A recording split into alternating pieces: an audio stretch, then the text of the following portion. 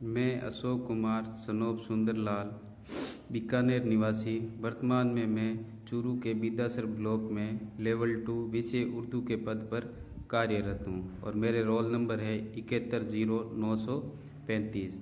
मैंने अपनी तैयारी मंजिल एकेडमी से कोर्स वेटेज सीरीज के माध्यम से की थी और ये मुझे बहुत ही कारगर लगी। मकबूल सर को तहे दिल से आभार व धन्यवाद।